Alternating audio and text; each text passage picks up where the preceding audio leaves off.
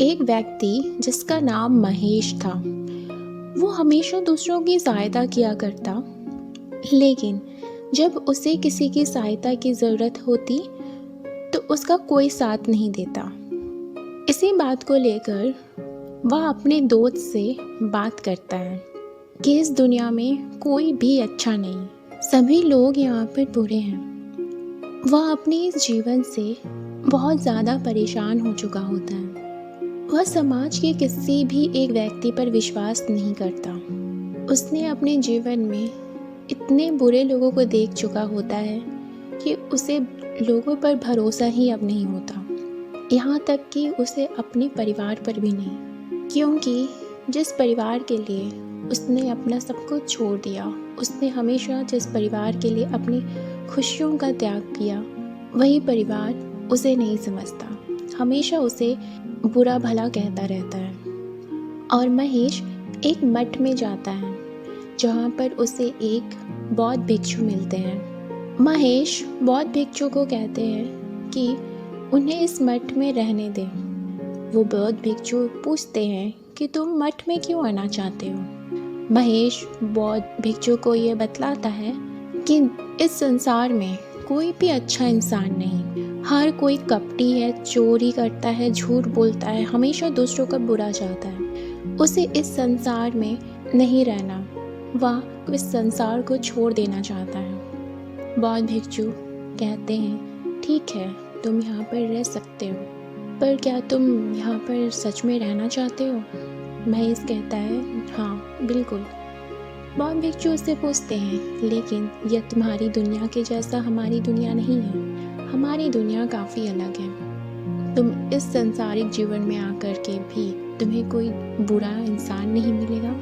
महेश कहता है मुझे इस सांसारिक जीवन को छोड़ देना है, और वह बौद्ध भिक्षु महेश को अपने मठ में ले लेते हैं। एक दिन बौद्ध भिक्षु महेश और एक दूसरे अपने शिष्य को बुलाते हैं। उन दोनों को कहते हैं कि तुम विश्व भ्रमण में जाओ और जगह जगह में प्रचार करो, लोगों को जीवन का सही अर्थ समझाओ। बौद्ध भिक्षु महेश और एक दूसरे अपने शिष्य को विश्व भ्रमण के लिए भेजते हैं, जिसमें से एक को वह कहते हैं कि तुम इस संसार में एक बुरे शख्स को ढूंढ निकालो, और महेश से कहते हैं कि तुम शहर में एक अच्छे शख्स को ढूंढ निकालो। महेश तो शुरू से ही यह समझता था कि इस संसार में कोई भी अच्छा नहीं, उसके मन में तो ये बैठा हुआ था।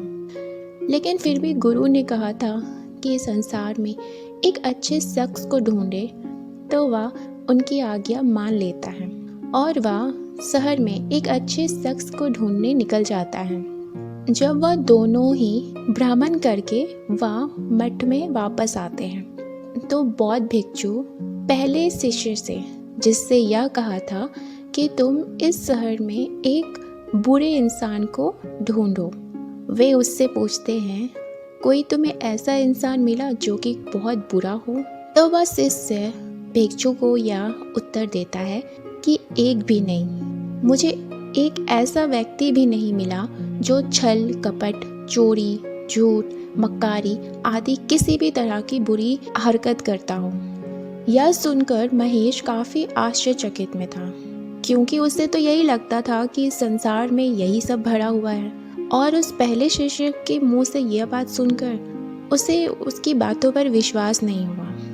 बौद्ध भिक्षु महेश से कहते हैं क्या तुम्हें इस संसार में कोई एक ऐसा व्यक्ति भी मिला जो कि बहुत अच्छा हो। वह बौद्ध भिक्षु से कहता है कि मुझे इस शहर में कोई भी एक ऐसा व्यक्ति नहीं मिला हो जो कि पूजा पाठ, दान पुण्य, अच्छे काम करता हो। सब पाखंडी पड़े हुए यहाँ पर, हर कोई दूसरों की बुराई करता है, हर कोई दूसरे को नीचा दिखाने के पीछे पड़ा हुआ है, हर कोई दूसरे को गिराकर खुद ऊंचा उठने की कोशिश करता है, छल कपट, सब कोई यहाँ पर इसी तरीके के लोग यहाँ पर भरे पड़े हुए हैं। बौद्ध भिक्षु महेश की ये बात सुनकर उसे उत्तर देते हैं तुम्हें शहर में कोई भी एक ऐसा इंसान नहीं मिला जो कि अच्छा हो, दान पुण्य करता हो, पूजा पाठ करता हो, दूसरों की सहायता करता हो। पहले शिष्य से कहते हैं कि तुम्हें इस संसार में कोई भी एक बुरा शख्स नहीं मिला। बौद्ध भिक्षु उन दोनों से पूछते हैं, क्या तुम्हें मालूम है कि ऐसा क्यों हुआ? तो वे उत्तर देते हैं उन्हें, हमें नहीं मालूम। तो बौद्ध भिक्षु उन्हें यह बतलाते हैं, ऐसा इसलिए हुआ क्योंकि महेश तुम हर चीज़ में बुराई देखते हो, और वही पहला शिष्य जो हर व्यक्ति व वस्तु को अपने अंदर की अच्छाई से देखता है, इसीलिए उसे इस संसार में कोई भी एक बुरा व्यक्ति नहीं मिला और तुमने हर कोई को बुरा पाया क्योंकि तुमने अपने आंतरिक नज़रिए से उसे देखा। तुम अपने मन में यह मान चुके हो कि इस संसार में कोई भी अच्छा नहीं। जब हम अपने मन में बुराई रखते हैं, अपने मन में एक नकारात्मकता रखते हैं, तो हम जो भी चीज़ को देखते हैं या जो चीज़ हमारे सामने आती है, उन सभी चीज़ों के अंदर हम बुराई और हर एक वस्तु में गलतियां देखते हैं। उसी प्रकार से तुमने भी हर व्यक्ति को अपनी नकारात्मकता की दृष्टि से देखा और उनमें एक भी अच्छाई नहीं देख सके। और यह नकारात्मकता जो तुम्हारे अंदर आई है, वह शायद तुमने ही उसे एक जन्म दिया है। जब आप अपने नज़रिए से संसार को देखोगे तो वह संसार उसी रूप में तुम्हें दिखाई देगी। इसी प्रकार से जब कोई भी व्यक्ति हमें थोड़ी सी भी बातें कह देता है या हमें मजाक में ही क्यों ना कोई बातें कह दे, तो वह बातें हमारे मन मस्तिष्क में इस तरीके से बैठ जाती है कि हम उसे निकाल ही नहीं पाते। और निकाल क्यों नहीं पाते? क्योंकि वह बातें अच्छी तो होती नहीं है। और वह अच्छी क्यों नहीं होती? क्योंकि वह बातें हमें अच्छी नहीं लगती। और हमें अच्छी नहीं लगती क्योंकि उसे हम एक नकारात्मकता के साथ देखते हैं कि उसने जो कहा उसमें नकारात्मकता थी। अगर हम उसे ही एक सकारात्मकता के साथ लें और ये सोचें कि जो उसने बात कही हो उसमें कोई ना कोई तो बात होगी और उसमें कुछ अच्छा ढूंढने की कोशिश करें, और अगर जब हमें नहीं लगता कि उसने जो बातें कही वो बातें हमें है ही नहीं, तो हम उसे अपने मन में ले ही क्यों?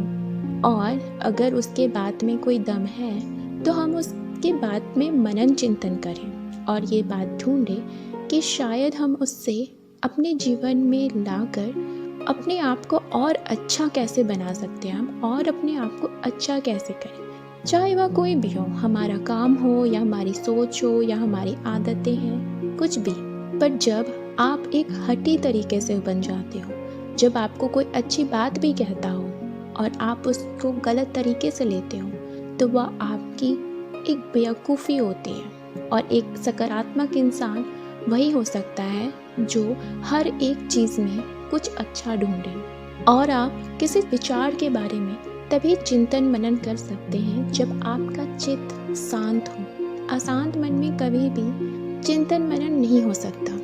इसीलिए आप अपने चित्त को हमेशा शांत रखने की कोशिश करें, चाहे परिस्थिति जैसी भी हो, चाहे लोग आपके बारे में जैसे भी कुछ कहें, लेकिन आपको अपना चित्त को शांत रखना बहुत ज़्यादा ज़रूरी है। जब आप अपने चित्त को शांत रखोगे तब आप अपने आसपास की चीज़ों को भी समझोगे और आप खुद को भी समझ पाओगे।